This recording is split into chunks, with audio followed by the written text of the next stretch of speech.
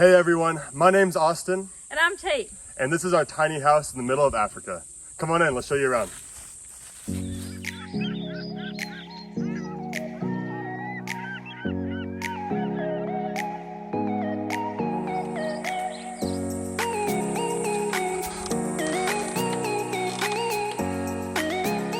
Yeah, so this is inside the house. When we first moved in here, it was completely dilapidated.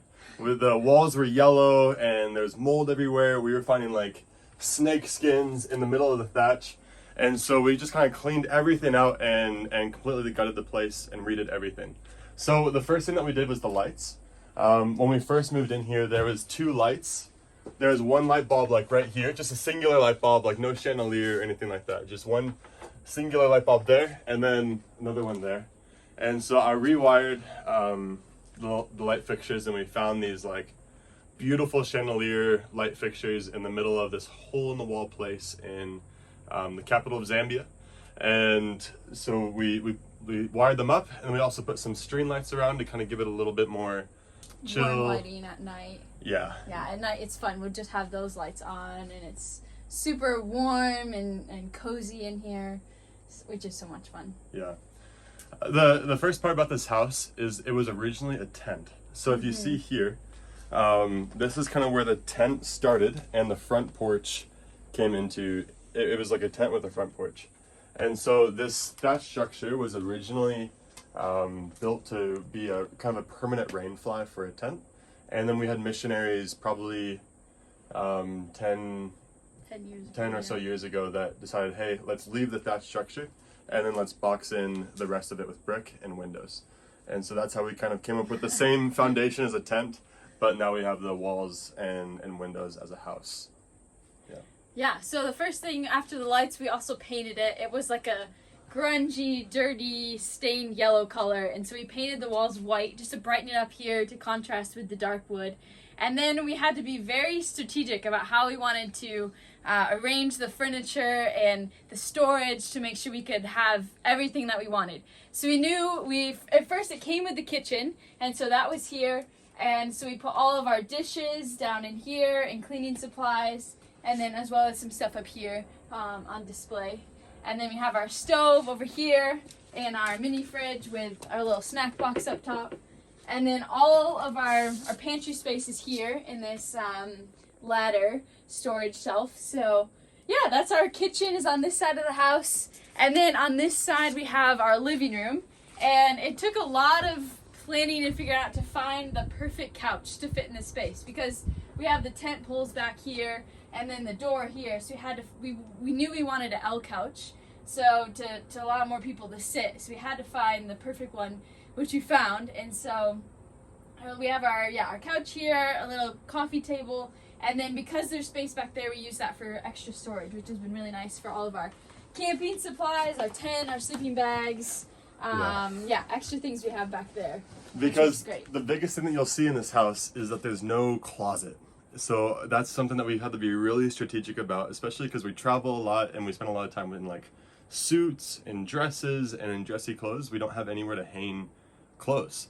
So all of our clothes fit in, or most of our clothes fit in this dresser. So Tate gets half of the drawers, then I get the other half of the drawers.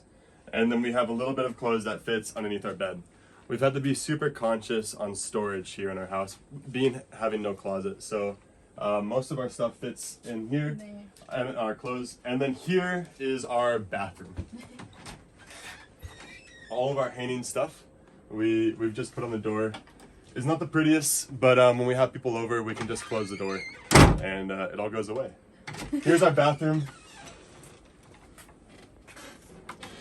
So it's pretty simple. It's only really meant for one person at a time. We have our shower here, which thankfully is just barely above my head, so I don't have to duck underneath. And then toilet and sink, and yeah, that's pretty much it. It's not anything super special. But yeah, we heat our water with fire, which I'll show you in a little bit, which is really cool.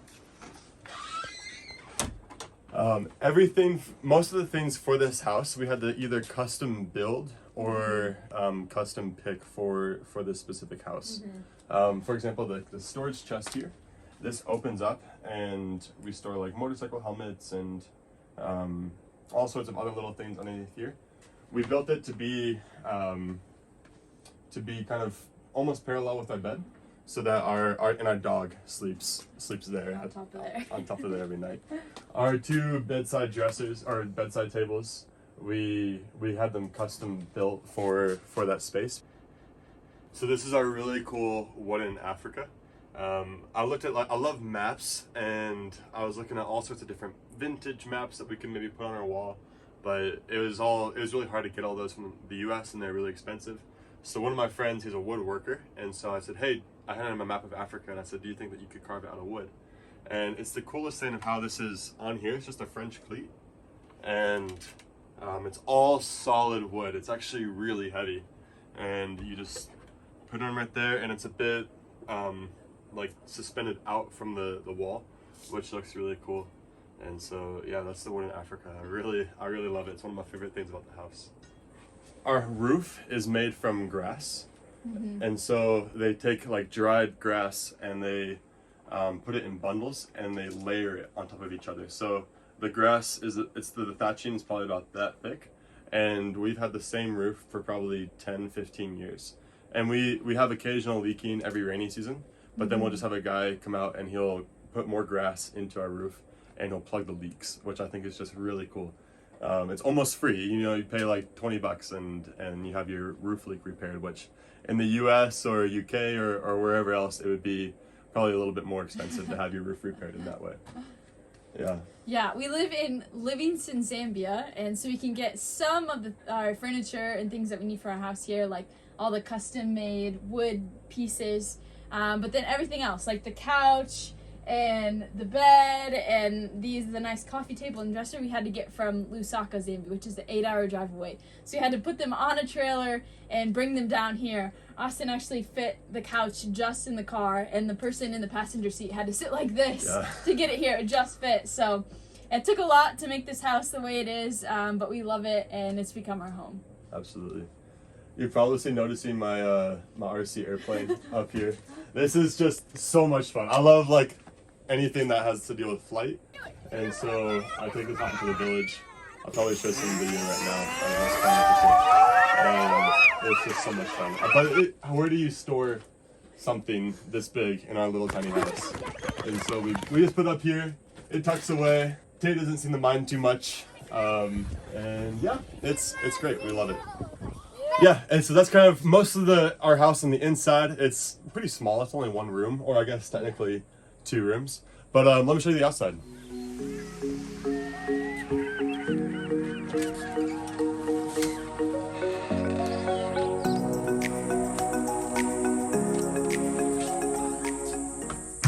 So living in Zambia, we've had to be quite particular with our plants. So all of our plants are drought resistant. We only have to water them once a week, and they deal really well with the heat.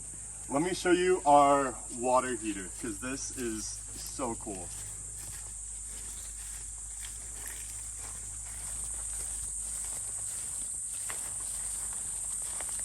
So this is what we call the donkey. So every night we have to make a fire to take a shower. And so we put the logs and sticks underneath here, and then we spend some time making the fire every single night. And so the hot water basically rises to the top, and the hot water, we have a pipe that comes out of here. And so since the hot water through convection rises to the top, it pumps out the hot water, and then the cold water pumps into the bottom. And it works really well. It's always super reliable. Whenever there's a fire built underneath here, then we don't need to worry about not having hot water. It's just sometimes if the fire's not big enough, it takes A long time. an hour or 2 hours to heat up the water. But if there's a big fire, I usually take about 30 minutes to have hot water, so we can make a fire, wait 30 minutes, and then we can both take showers, and there's plenty of warm water for the 2 of us. Yeah. Here's our pomegranate tree. It's starting to have pomegranates, but we're still maybe a couple months out from really having some good pomegranates. Yeah. And that's our tiny house here in Africa.